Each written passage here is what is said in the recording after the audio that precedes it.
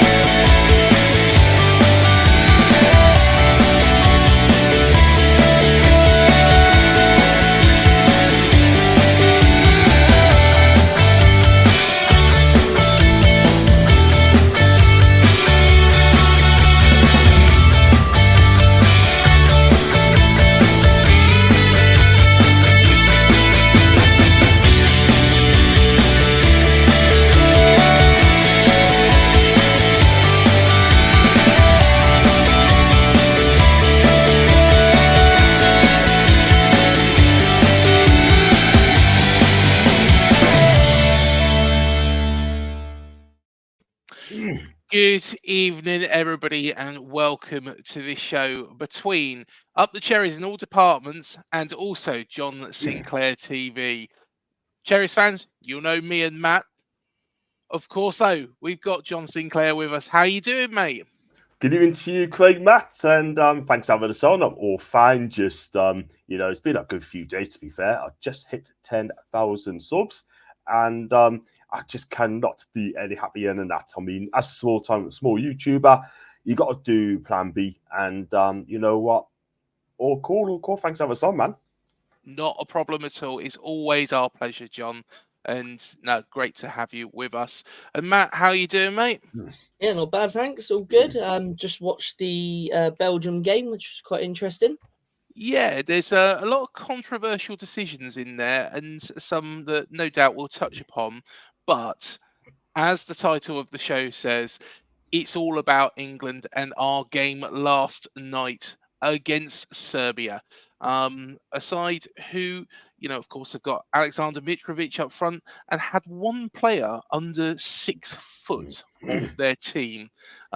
So, yeah, a big, imposing side. But I'll tell you what, if you've got any questions during the show, as it says here, please do leave them below, and we will be reading out comments and questions as we go through as well. And we are live on YouTube as well as Twitter as well. And we've already got one comment from Niall Kane. We got Niall. Hope you're well. And congrats on the 10k subs, John Boy. I tell you what, mate. Well chuffed for you, and you've done amazingly well, really well. All it is, though, it's not just all about doing your content; it's just doing other things as well. Like, you know what I mean? Just all these small YouTubers out there, right? Yeah. I mean, you just got to do other things if you can do it, like, But yeah, it's really good.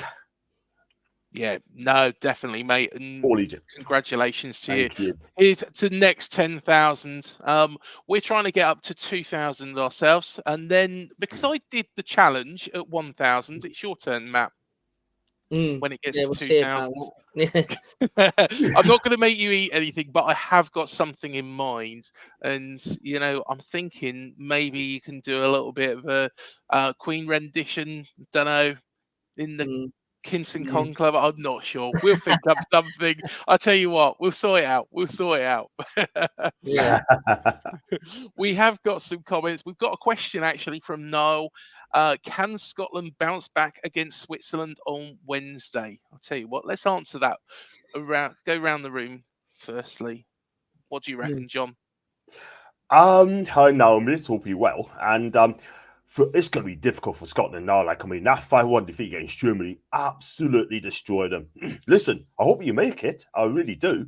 You know what I mean? I hope you beat Switzerland. That's the next game. Then you got Hungary. I think if you don't lose, right? If you get a draw against Switzerland, right, then you've got to win against Hungary. Yeah.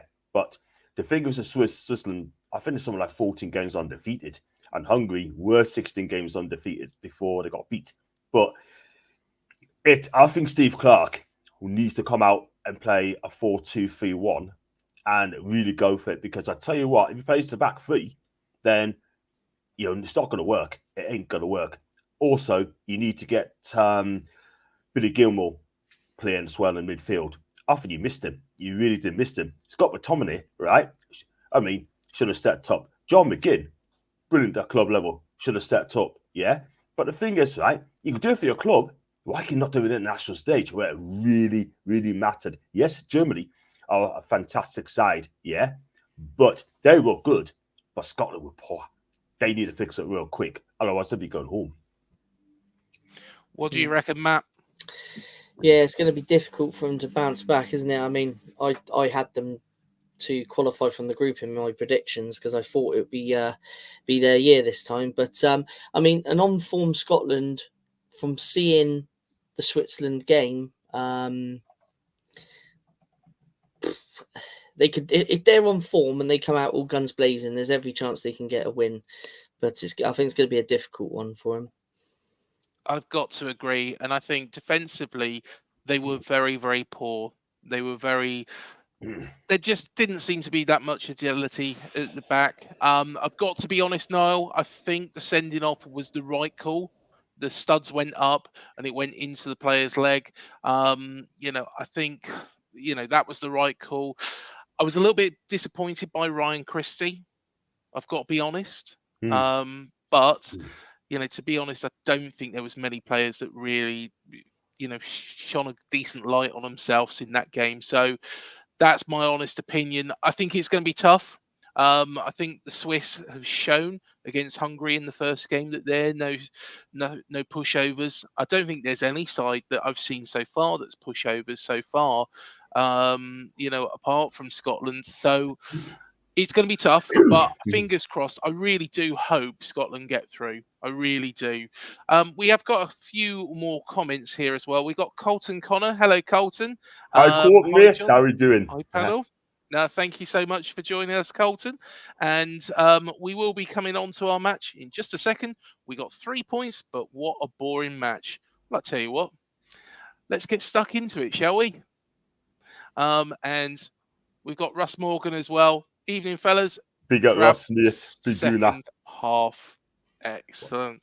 Good to have you with us, Russ. So let's get on to the lineups. So this was the lineups for England and Serbia yesterday. I'll start with you, Matt. Were you happy with the lineup? I think it was the lineup that we predicted and pretty much everybody else predicted. I mean, overall to start the game, I would say that was probably the right choice.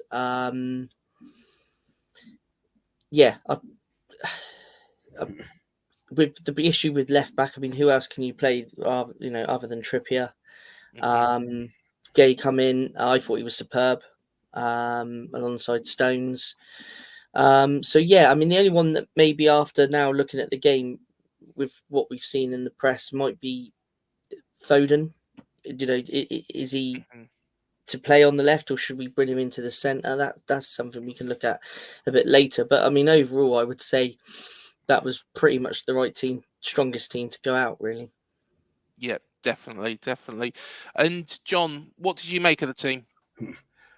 When you look at the team, I'll think to myself, what's Trent doing in the midfield? Yeah, you could have picked Conor Gallagher. Yeah, you could have chose Corey Mainoo, despite he had got slated against Iceland. Yeah, I would have done it. I would have said that. Yeah, but Luke Shaw's going to be a miss. They had to play Kim Trippier there. I think he did all right there, left back. Yeah, the attacking side. Me personally, I would have put Jude Bellingham in the CDM alongside Declan Couscous, right? And I say Declan Couscous, it's more like Declan Rice. See it? And then just maybe play forward to 10 and probably play Gordon on the left. Yeah. But Gareth Southgate ain't going to do that, any. Yeah. He picks his favourites. Everyone knows that in the room. Yeah. Yeah. But the substitution, I'm sure you're going to touch on subs, right, later on, I'm sure. But the bottom line is, right, Serbian made 4 subs before 68 minutes. we need our first change. Yeah, we should have freshened up a little bit. Yeah, I'm not being funny, but Serbia, right, were better team second half. But if Oli Jovic connected that ball well, it could be 1-1. But go back to the lineup, by the way, right? I mean, I would not have Trent in midfield. No way. He played the players in the correct position, yeah? What is Gareth Southgate doing? I have absolutely no idea. One plus sign is as well. Gui had a fantastic game at the back. He was fantastic along with John Stones and that, yeah? But do you know what it is, mate? It's a lot of hard work. I mean, we've got the 3 points, but there's a lot of hard work. And Jess Fabregas have called it out right. I need to ask the question, who wants it? Because I'll tell you something, second half, I'll look at that pitch, all right? Apart from Jude, none of them didn't want it. Well, we will come on to that because I tell you what, it's a big talking point as well. The media have made a lot about that second half, and I've got my own opinions with regards to it. With regards to the lineup, I was quietly confident. I've got to agree with you, John. You know, on having Trent Alexander-Arnold in the midfield, I didn't really understand it as much. You know, personally, would Foden have been better in more of an attacking role? Have Rice more central? Bellingham and Foden, you know, in that central role, maybe would have been a better option. But then again, it's who do you have down that left at that point? But personally, I am with you on that. That Alexander Arnold in that defensive midfield role, I didn't feel like it worked as effectively as it could have done. We do have a couple more comments, actually. I'm just going to show them on screen as well. And thank you so much for everybody joining us tonight. We have actually got 175 watching at this moment in time. So well chuffed with that. Thank you, everybody. We have got Gary Richards with us. Tally ho all. Kane is finished at the top level. He has become Rooney without the trophies. Gary, man. I mean, Harry Kane's finished at top level. Don't forget he scored 36 goals last season in the Bundesliga. Yeah, you can't let that finish, mate. He's been outstanding. He's the only one, right, with a shining light at the Bavarian outfit. Yeah, the rest of them, it's been a letdown this season. Let's be real. But Harry Kane, he's only 30. He's still got it, man. He's still got it. But if he's got an opinion, Gary, we respect it. Yep. Most definitely. And I will come on to Kane as well, because there was a couple of points that Alan Shearer made during the game as well. You probably heard them as well, John and Matt. You probably heard them, but we'll come on to those. Colton Connor, Gary, we ain't winning with Kane, bro. He's washed up. So not many people are fans of Kane here. Michael McIntyre. So maybe the comedian, you never know. Hi, John. I hope you're well. You got Nicky. And Russ Morgan, play a proper midfielder instead of Trent Alexander-Arnold. Matt, we'll come on to you because I think Russ has made a good point. You know, personally, it was something that I picked out, and John said it all there. You know, but what did you make of Trent Alexander-Arnold in that midfield? Obviously, he's not, you know, a midfielder, as we know, and he's been trialled out there, you know, at certain times before. But I mean, just to give you some stats on it, 91% pass accuracy, 60 touches, 5 out of 7 long balls completed. He had 3 shots. 2 ground duels won and 2 interceptions. 1 interception, I think, created a chance for Walker in the first half. Now, I don't think it was the worst performance in the world, I've got to say. I do understand, you know, like Gallagher come on. I think when Gallagher did come on, I think the midfield needed some more legs. But from a starting point, I don't think it was too bad. I understand people's views on it, that, you know, people think, you know, players should play in their positions, but I mean, his stats, to be fair, weren't bad. So for me personally, I was quite happy with Trent starting, and I predicted Trent to start anyway in our preview last week. You did, yes, you did. Let's have a little look at the stats, because these are the key stats. So possession, pretty much neck and neck. Although it looks like, I'm guessing the second, the green block is Serbia. Is that correct? I think the green block is England. Is by it the right? looks of it. Okay. So yeah, we've got a little bit more possession there. Fewer attempts though than Serbia, which is interesting. Attacks 34 to 33. Corners, yep, it's going to be England. We only had the one corner. So that's correct. Passing accuracy, a lot better well, not much better passing accuracy. To be honest, John, from seeing those stats, they are, have we underestimated Serbia before the ball was kicked? We certainly did in the second half, didn't we? I thought we got the job done in the first half, yeah. But once we got the first goal, we should have attacked in the second half and get that second goal. I mean, Harry Kane was unlucky for that header. That's the only good thing he did all night. I'm not gonna lie. But yeah, for me, right, in the second half, I mean, yes, I thought you said Serbia's a much better side. I mean, Flavic was unlucky when people had to tip over the bar.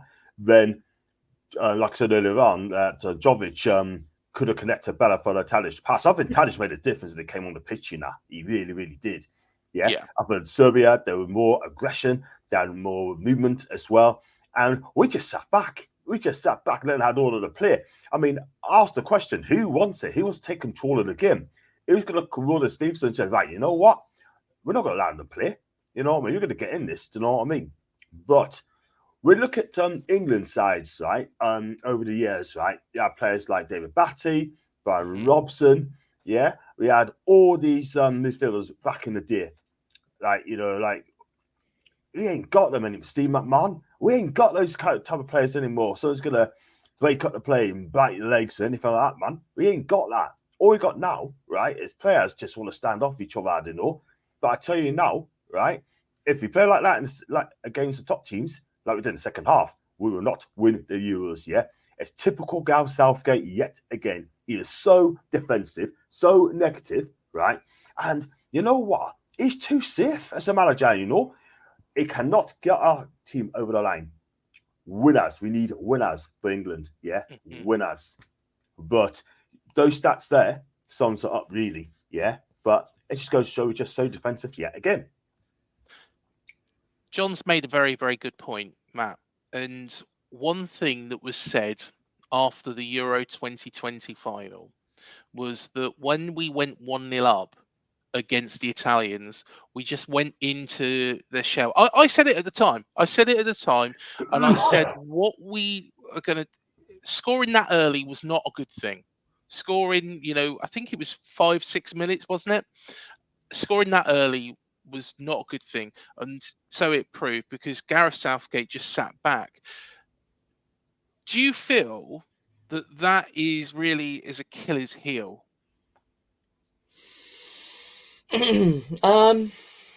Yeah, well, there was a lot of frustration while I was watching the game last night. In terms of the way he's had the side playing. Achilles' heel, yeah, I think he just needs to. I think he needs to be more braver with the players we've got. Attacking, we've got some of the best players at the tournament. Like Jude Bellingham proved that last night. I mean, scored a fantastic header, didn't he? I mean, for me, I think Southgate just needs to be more braver with the squad. Not sit back and I mean, it made the game boring, didn't it? And it invited Serbia to attack. And I mean, I thought our off the ball play was pretty good at times. But yeah, I think he just needs to be a bit braver and trust the talent that he's got in front of him. Do you know what it is about coming in right quickly, right? But I don't mind getting beat if we had a real goal. I can remember in the Euros in 2004, right? We took the game to France in the first game. We battered them. Yeah. We absolutely battered them, man. Could have been 4s and 5s, yeah? But Barthez made a good save. It was poor finish on the day. but we gave it our flipping all. And yes, Zidane's free kick and a pen kicks us in the you know what. You know, we can't question our effort because we gave it everything on the day. It's as simple as that. Yeah. And I was take positives from there, but we came through it. We came through, I think, with the next 2 games. Yeah. But under this manager, right, I'll tell you something now. If Man U fans are watching this, right, and you get Gareth Southgate in the future, I tell you now, your club will be knackered, yeah? And if he was our manager in Newcastle United, I'll get my season ticket up because I do not want to see this guy anywhere near my football club. I'm telling you, it's as simple as that. No, that's a fair point. And, you know, Sorry, but I'll no, put it out no. there, man. To be honest, it's good, you know, to have that honest discussion. And, you know, I'll give my views in a second, but Yeah, man. Colton Connor has said, "Thank you, John, for selling the truth." Thanks, bro. A lot of England fans are feeling like that, and Nick Gillen's put the way we play is so ad hoc at times, though this is nothing new for England, and not just with this team and manager. Yeah, very I good think point. it's Very, very good very, point, very Nick. good point. All the same. It's every single time. It's nothing different. I'll look at it, right? I mean, you look at Phil Foden, right? You've got to touch him in a bit, right? This guy, right? Magnificent on the pep, yeah? But cannot play in a Southgate system. He cannot, yeah? He had a poor game yesterday. That's not his fault, yeah? That's not down to him. It's down to Gareth, yeah? You look at it. Also, right? I'm not going to lie. Saka, first half, he was really good. I mean, I thought he had a good game and all. Second half, fade out a little bit. I can't lie. Yeah. But the substitutions, man. 68th minute makes first change. Serbia made 4 changes, yeah? Because they want to try and win the game. For us, they're just waiting for Serbia to score equaliser before we react. That is the thing. A fantastic manager like a Simeone, right? Simone Inzaghi, Jose, right? And even Michel Sanchez from Verona would have made changes earlier on. If it ain't right, they'd be quite happy to make a sub in 15, 20 minutes if they want to. Yeah? But this manager is so reactive. Do you know what I mean? And I'm fair. He's got to play 4-2-3-1. We could play 4-3-3. We've got the players to play a 4-3-3. He won't do that. Why? Because he is too damn negative. I do agree with you on that, John. And to be honest, I was very much after this game, and you know, of course, I sat there and watched BBC News afterwards, and they started going on about, you know, how it wasn't particularly too good, and I thought, well, we're not playing San Marino here. We're playing a Serbia team who are very physical, very difficult to play against, very awkward. They're full of, like I said, you know, they only had one player that was under 6 foot in their squad. They were always going to be difficult. I can't see that there's one bad team really, apart from, and I'm sorry to say this now, apart from Scotland at this point in time in this competition. Hopefully, Scotland are holding it back for the next 2 games. At the end of the day, if they win those 2, they're through. But personally, I thought that some of the criticism was leveled was harsh. But the more you think about it, the more we have these discussions. And I made a video earlier on and I said, look, it was harsh. The mainstream media like to make this story. And, you know, look, because, you know, everything's rosy in the England camp and everybody's getting on and everybody's happy and doesn't sell newspapers. It was like the hooliganism thing that was mentioned, which wasn't even connected with England.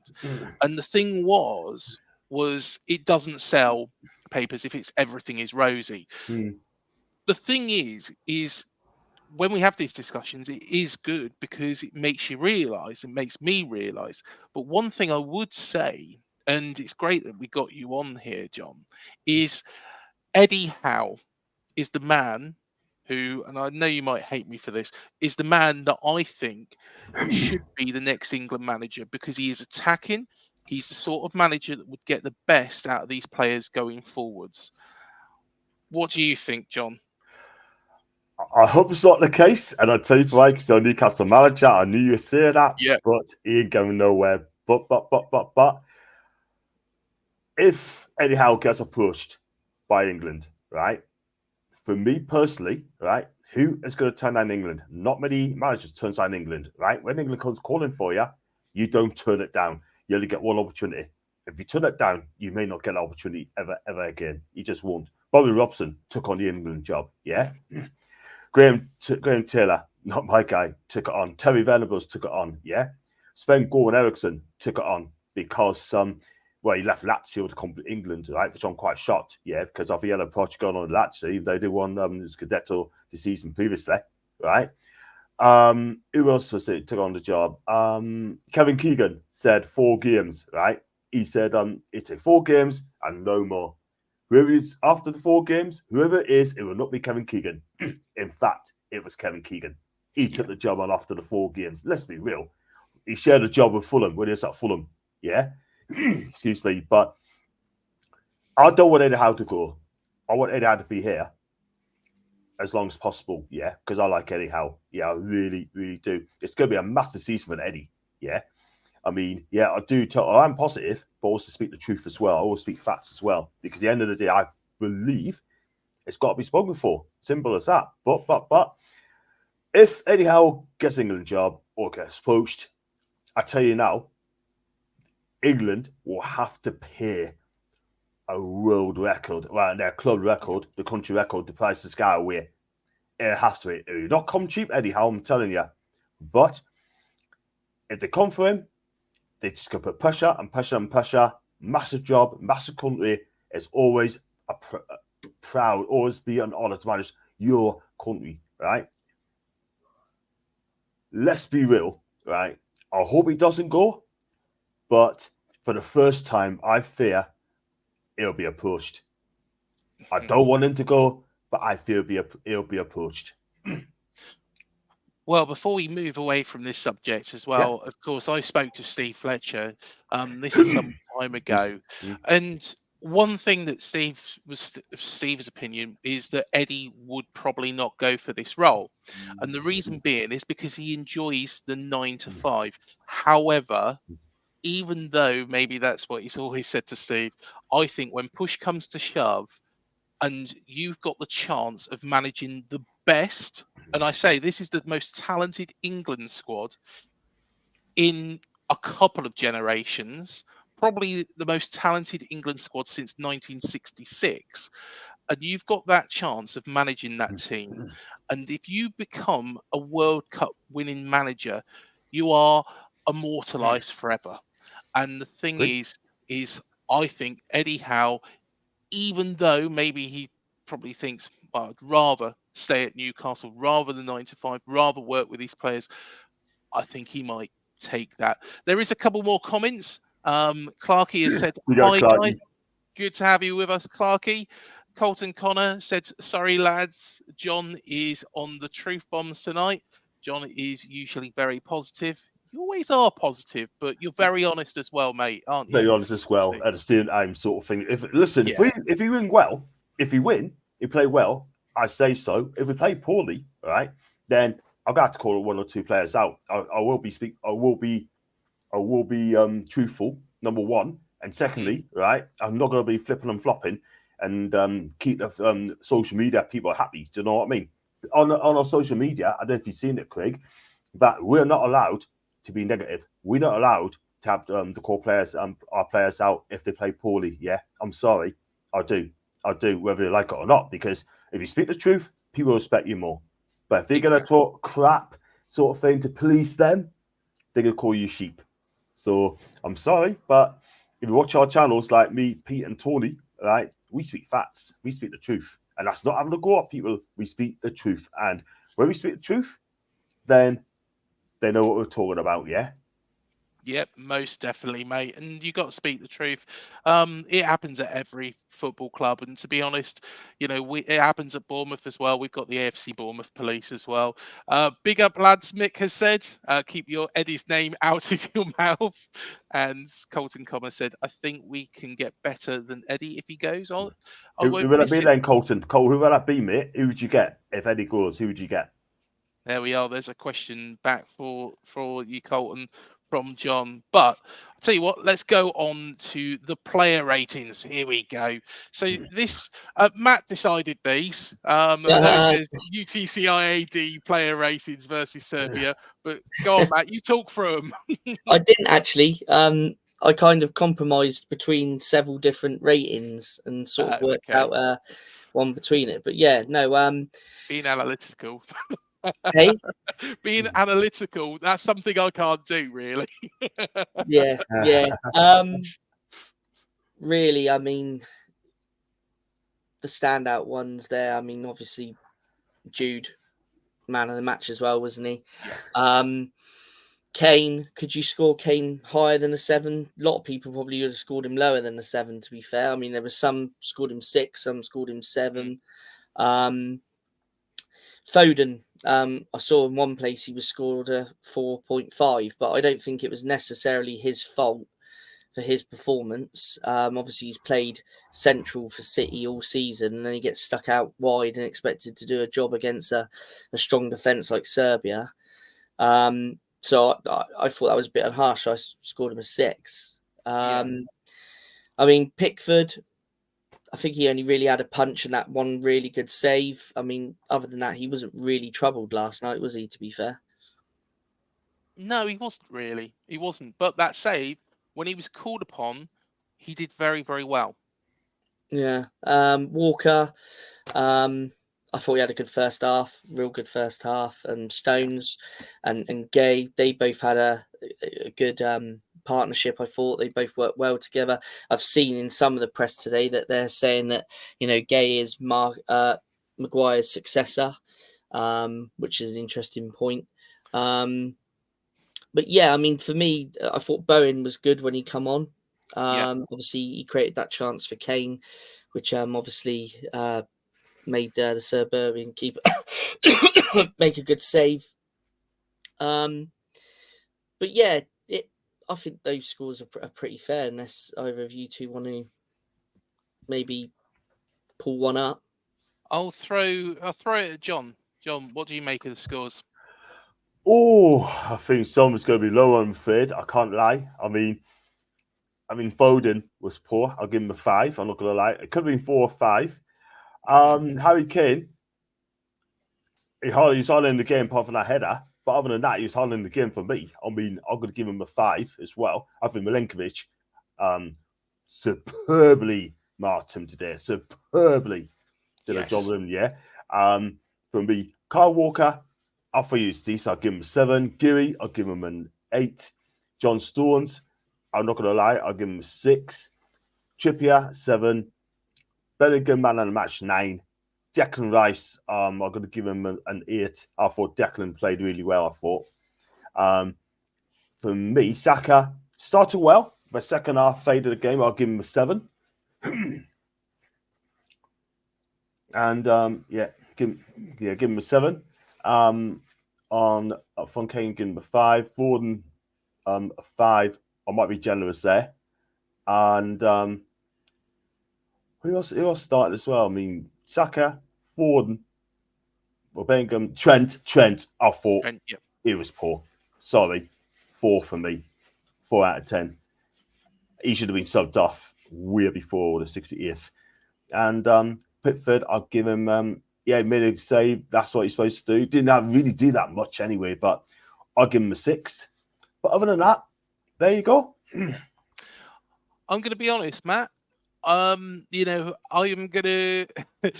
kind of side with John on this, because I think John's been a bit harsher, but I think there is some standout players. I think Jude Bellingham, without a shadow of a doubt, anybody who says he's not man of the match is absolutely nuts. I think Gay was brilliant at the back. In fact, dare I say it, how he played actually was so much better than Stones that it looked like Gay was the Man City player. So I personally think he's a fantastic player. Is he Maguire's successor? Like you asked, Matt, there, and mentioned that a lot of people are saying. My answer to that is, even though he played so well, it's a no. And the reason being is the height. And what was good about Stones and Maguire is Maguire does a lot of the legwork. Stones does a lot of the legwork. Maguire is very, very good in the air. Now, is Gay as good as that? I'm not so sure. I think Stones and Gay are probably similar, but out of the two, I think Gay was a much, much better player last night. I think Saka, I completely agree with you, John. First half, he was awesome. He was awesome. He's a fantastic player, fantastic talent. He was the person that Serbia, during the halftime interval, did the most work on, because Bellingham, they knew from the start that he was going to be an issue. He had a very physical night all evening because they got very, very close to him. It was very, very physical for Bellingham. But Saka, everything he was doing was pinpoint perfect in that first half. Second half, I think what had happened was his man got a lot closer, didn't allow him any space to run. And also, if you watched of course, when he was running from the left-hand side, it seemed like he was being doubled up on. Whenever the ball was going into that sort of area, it seemed like the Serbia, like in the centre of midfield, was moving across slightly to make sure that they were doubling up on Saka. So personally, I think that's why he found it a lot tougher in the second half.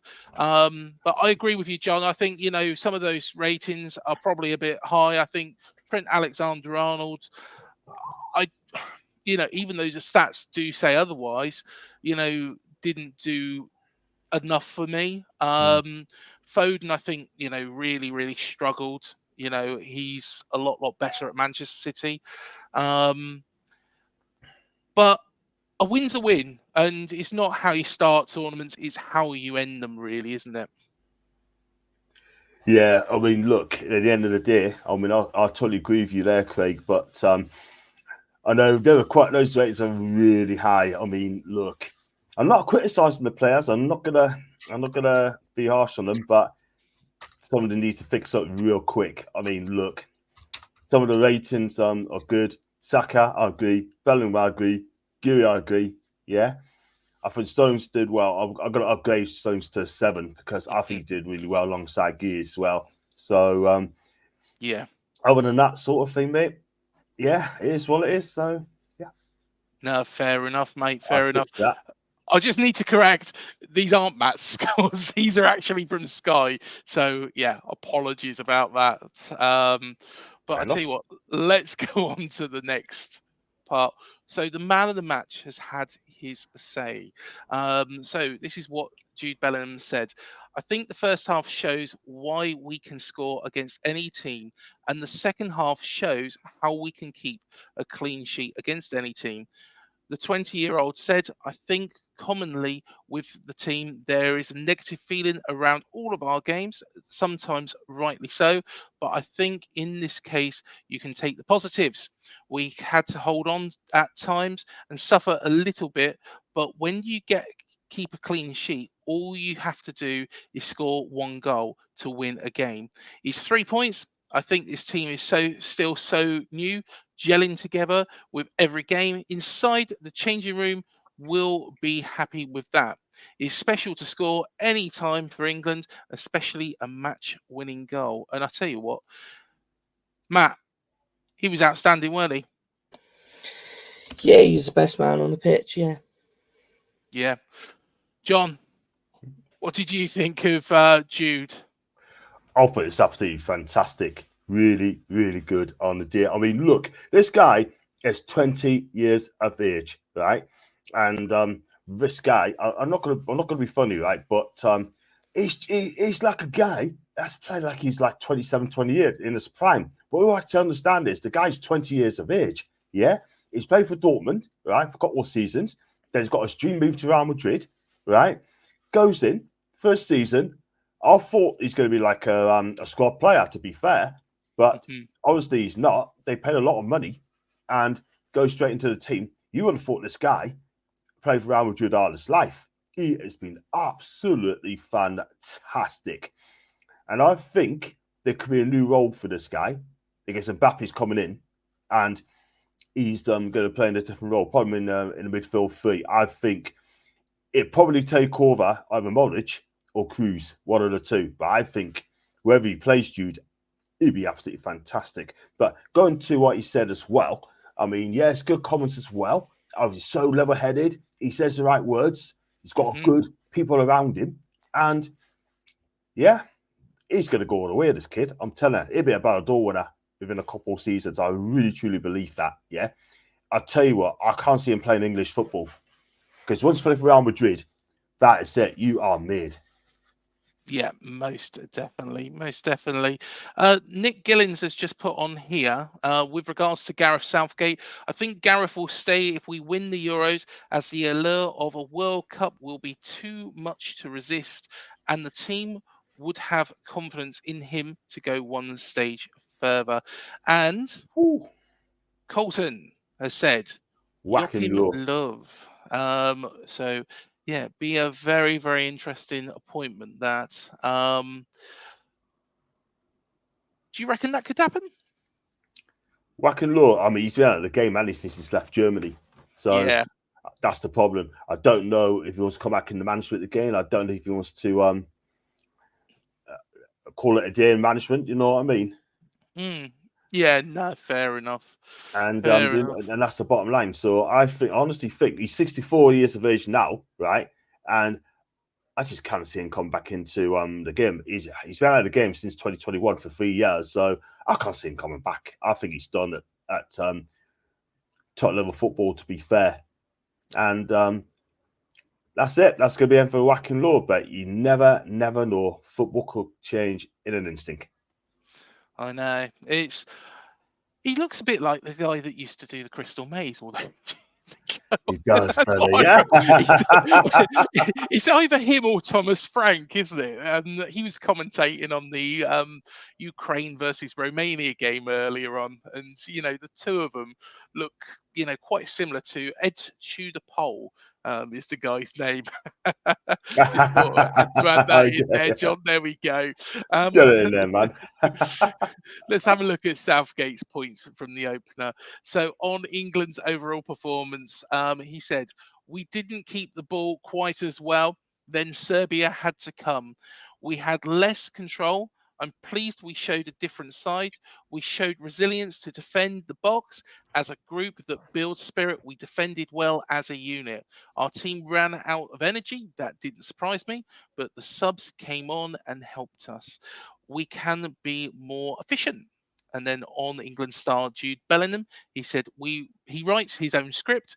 England's head coach said, the timing of his runs, it was super bit of play in the build up to the goal as well. I think all of our forward players looked up really good. I'm confident we will score goals.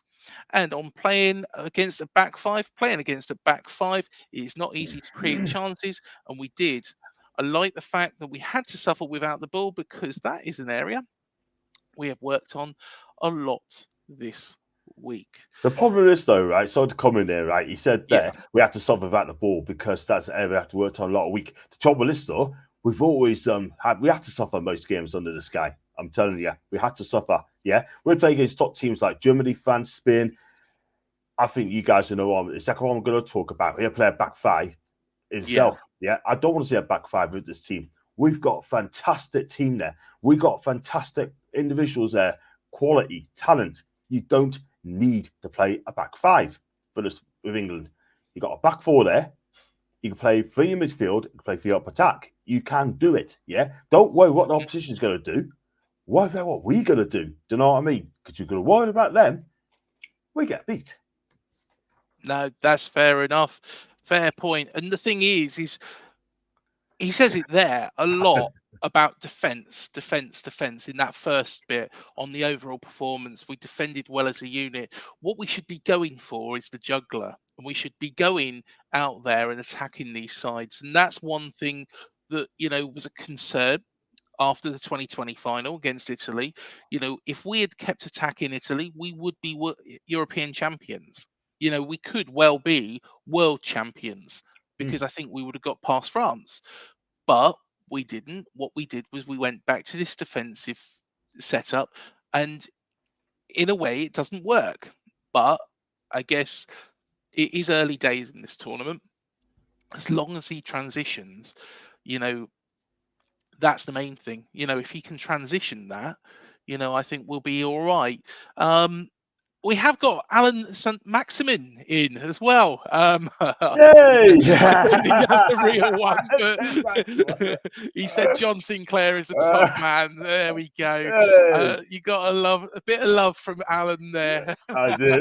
If it's the real one, it's the real ASM. You know what? People are missing him. We are missing. Do you know what I mean? But you know what? Yes. This guy, the real ASM. I know we can have a fun at ASM, which is great. We had Harry Kane in before, but this guy, right? I mean, look, the reason he had to leave Newcastle for the good of the club, yeah. The problem is, right, we got players there not getting in the team and still don't want to leave Newcastle, yeah. I mean, they need to move on, and that's for another time. Yeah, it's another time. No, most definitely. I'll tell you what. Good player, Alan is. Alan's a maximum. I love that. I love that. We've got Scott Parker that turns up every now and again. He's a lot less welcome. I know. And he sacked him, man. Yeah, exactly. In the boot. Interesting point. And of course, we've spoken about Harry Kane, and we'll speak about Harry Kane again in a moment. But, a forward playing on his own, effectively, he's the one man up front. Of course, you got Saka and Foden either side. But against a back five, and he was heavily man-marked, that's always going to be difficult, isn't it? Yeah, I totally agree. Because when you've got a back five or back three, whatever you want to call it, it's going to be difficult because they know how dangerous Harry Kane can be in the air, on the floor, and scoring goals, And, those the Serbian back three, right?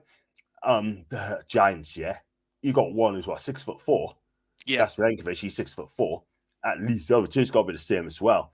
Do you know what? But they can play football. They bring the ball out from the back as well. They're no mugs, But playing with him, and he didn't get a lot of support last night. He only had 2 touches in the first half. If I remember this correctly, 2 touches, and that's not his fault. But we're just not creating enough for this guy. Do you know what I mean? But the bottom line is, I mean, we won the game, but you've got to, when you play up front, you got to find a way. Another thing I noticed again, he dropped deep so many times to get the ball. He's good at that, but ideally, he wants to be more forward and score goals than that because we've got the players that can create the chances. Saka can create chances. Foden can create chances. Bellingham can create chances too. And that is the thing. I think we need to go to a 4-3-3, which I think we are successful. But there's even talk of people saying to play a 4-1-4-1. Because you don't need 2 CDMs for England. We got enough attacking fortress in that team. But it is what it is. And I'm afraid to say, he won't do it. He just will not do it because he's so negative. He's so cautious, that he is too scared of having a goal. That is the thing. If you can score 3 or 4 goals, okay, cool. You do what you have to do. But please, don't sit back. Don't need it. Fair enough. Nick, thanks for joining us. He's off to work now, so hopefully it flies by, Nick. I know what it's like working at this time of night. Used to do the overnight shift years ago, so I do feel for you there. And Colton Connor has said, miss Alan Maximin, missing him loads, you selfish git, LOL. Love it. Bless him. Well, I tell you what, let's go on to Alexander Arnold. And Southgate's defended this man. Trent had to cover a lot of spaces and showed great discipline, plus the fabulous passing range he has. He's learned a lot, and we're learning with him. But it's great to see him making an impact in there. And interesting defence, but you're not a fan of Trent, are you, in that position? Not at all. Not at all. To be fair, he should be a right back. It's his position, playing at right back. That is the thing. That means, according to what Gareth said there, right? I think he's playing against Denmark. He's bigging this guy up, bigging him up, right? Mm-hmm. Yo, you're playing for Denmark. You're playing against Denmark, my guy. Do you know what I mean? Guaranteed. And that's what's going to happen. You can see it happening a mile away. It will happen. He will play against Denmark. You know what I mean? Yeah. But obviously he likes him, yeah. But not in that position. I want to see Trent playing a right back. That's his best position, yeah. But we got a lot of midfielders there as well, right? That can cover. Conor Gallagher, yeah, can play in the CDM, yeah. If you want to play him there, cool, do that, yeah. But for me, I want to see a 4-3-3. Yeah, most definitely, most definitely. Well, I personally agree with you on that Conor Gallagher point.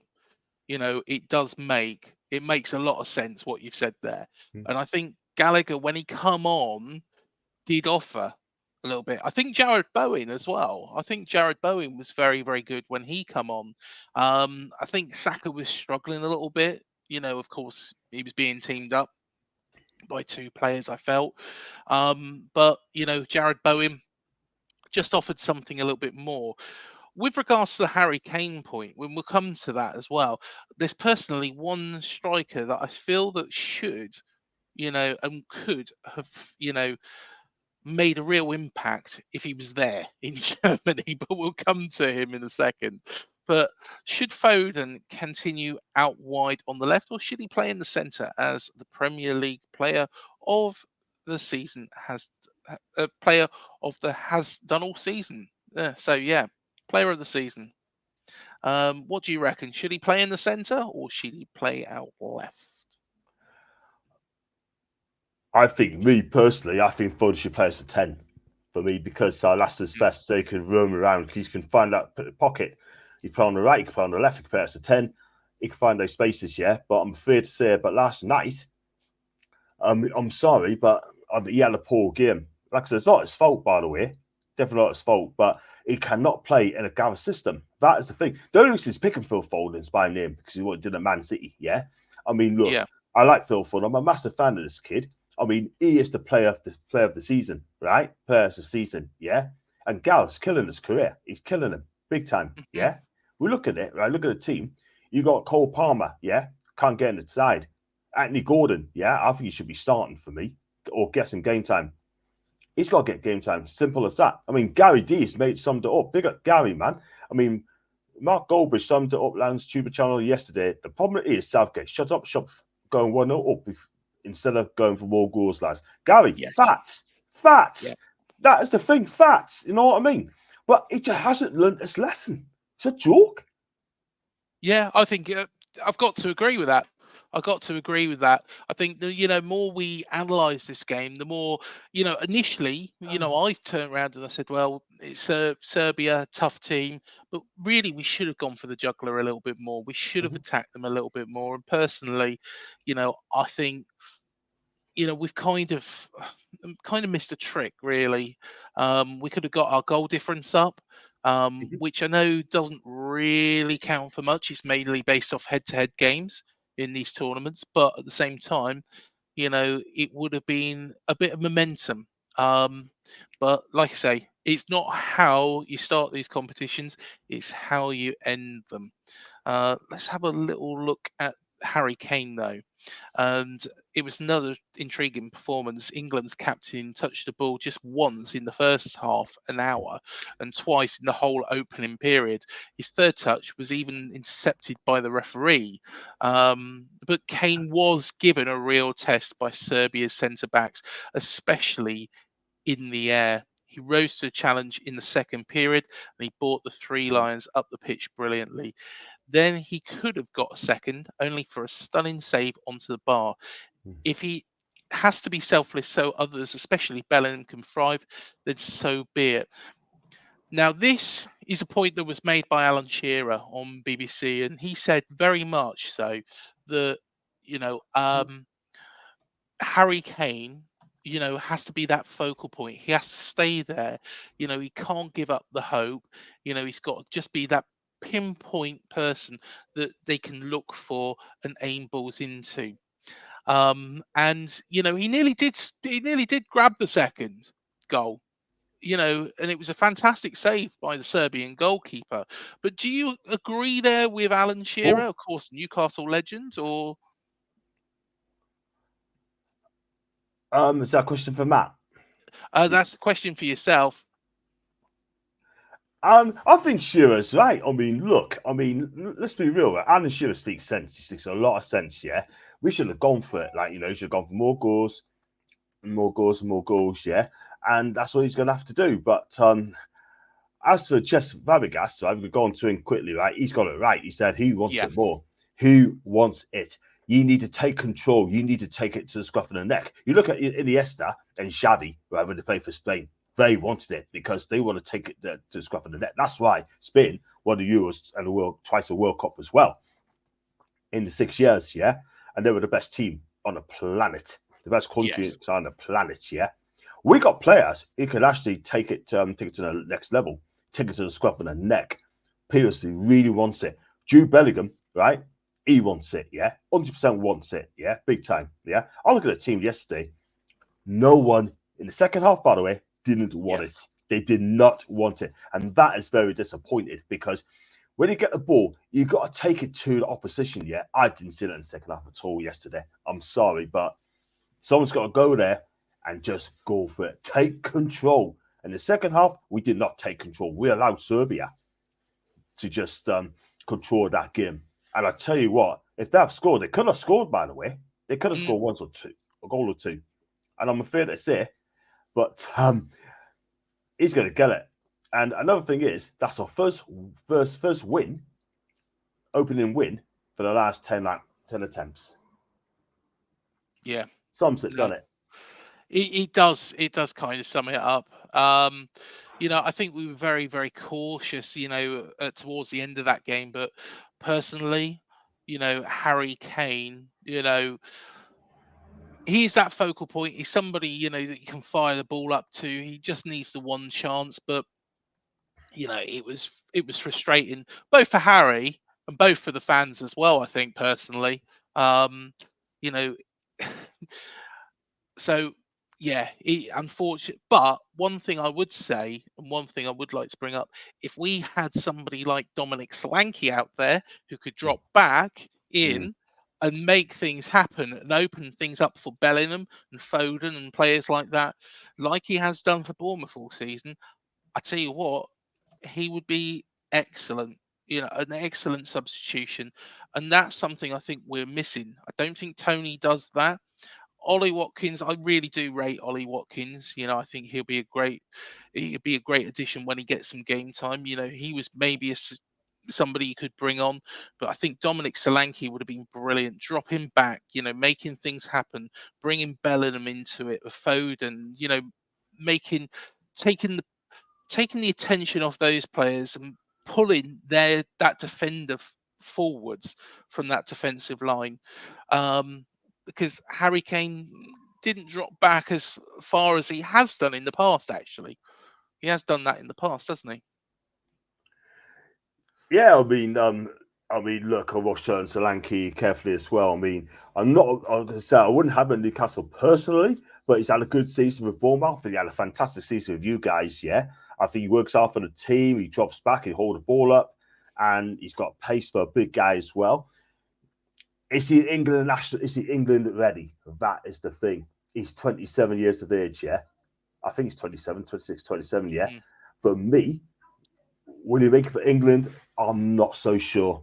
Not under Gareth Southgate, unfortunately. But I think he had a brilliant season at Bournemouth. He's got to do it again next season. If he does it again next season, then I say, yeah, give him a try. But for me, under Gareth Southgate, I think he should have been given a go under Southgate, but he won't do it because he's got his favourites, Tony as well and Watkins as well. I can't see Solanke in England as long as Gareth Southgate is there. No, fair and enough, that John. and that is sad. Yeah, to be honest, I think Southgate has his favourites, and Solanke's just not one of those. But it's a win. It's a win. It's 3 points, and of Yeah. course, next up are the Danes, and they, of course, got a draw against Slovenia, a side that I didn't really know much about. Didn't fancy them to do anything, but Slovenia looked quite good. Christian Eriksen there, it was always going to be him. Got on the score sheet for them, but they need a result. And John, what do you think the score is going to be of this game? And which game is that for? England, Denmark, or Yeah. I tell you what, we got to do a lot better because Denmark will be working hard for the team. They're a workman-like team, and they play good football as well. And they're not blessed with pace, by the way, but they know how to find a way. But I think England will just do it. I'm going to say 2-1 to England. 2-1 to England, Yeah, right? but it's not going to be goal fest, but because Denmark will defend well. But I say it's going to be 2-1 England. Fair enough, mate. Fair enough. And I think, unfortunately, we've lost Matt. I think his internet connection's gone down. But I'm gonna go. To be honest, I'm gonna struggle not to agree with you there, John. I think 2-1. I think is probably likely. I would say that's probably Denmark are going to score. I can see them scoring. And I think it's going to be a very, very interesting game. But I think 2-1. Yeah, I think that makes sense. Sorry, John. I'm going to be boring. I'm going to agree with you. I'm just going to follow your path on No, that. that's fine. That's fine. That's fine, man. That's fine, man. But I tell you what, I'll name the scorers. I Yeah. think it will be Bukayo Saka, and I think Bellingham again. Yeah, I'm going to go Bellingham, and I'm going to put my neck out. I'm going to say Kane will step up this time. Yeah, fair enough, mate. Fair enough. Well, we have got another question before we finish. Can I ask a question? When is having an assist more important than actually scoring a goal? Also, how much more pressure do that cause? Interesting. When does having an assistant more? When having an assist more important than actually scoring the goal? I think if you create chances, if you put just something like nothing for an assist, and you get an assist like goal, then you're going to get a pat on the back, really. Like, do you know what I mean? But then means you're doing your job. That means you're helping the team to get a goal in that. But I think if that's what Colton's on about, but that's a very good question, man, and that's Yeah. what I need to think away. I think, there is those players like Bellingham. I think there's players like Solanke who will create assists and create, things in the game. So, yeah, I think, that it's a very, very good question. Of course, goals are the most important thing. Goals win your matches. But at the same time, it's no, very, very good question, that, Colton. Smart question. Smart. Yes, yeah, most definitely. Most definitely. Well, I think we better wrap it up now. But John, before you go, do let everybody know where they can find you. I'm going to make you full screen as well, John. Okay, thanks so much for having us on, mate. And you can find us on John Sinclair TV. I do lives and previews and vlogs as well. And what else I do? I'll do quite a few things as well. And I'll go do more vlogs than ever from next season, definitely. And just hit us up. I've just got 10,000 subs as well. So thank you very much for the support. And just keep supporting my channel, guys. And I've got something coming up this week. Just keep your eyes peeled for that. Could be a football talk. You should gang. Support us, man. But thanks for having us on, man. Not a problem at all, John. It's always a pleasure. And, everybody, all the Bournemouth fans, please, please, please do go and subscribe to John Sinclair TV. A great, great channel. Of course, thank you for joining us on Up the Cherries in all departments again. You can find us on YouTube. You can find us on Spotify. You can find us in all the normal places. There we are. That is the link for John Sinclair TV. Go subscribe. Go subscribe now, guys. Really, really good content. And I know you got something coming up as well, haven't you? You got Yes, lots I have. of shows. I have. Thanks for man as well. I forgot I'm going on Tony's channel as well, Black and White TV. I'll be jumping on there. We're going to talk about England as well. Join us. I'll be sharing the stream. So in the chat, follow us as well. Straight after the show. And Bosh. Definitely. And hello, Brian. Hope you are well, mate. So thank you for joining us. Remember, like, subscribe, hit the bell to both channels, and we shall see you in the next show. And yeah, I'm all good, Brian. All good. Thank you for joining us, and we'll see you next time.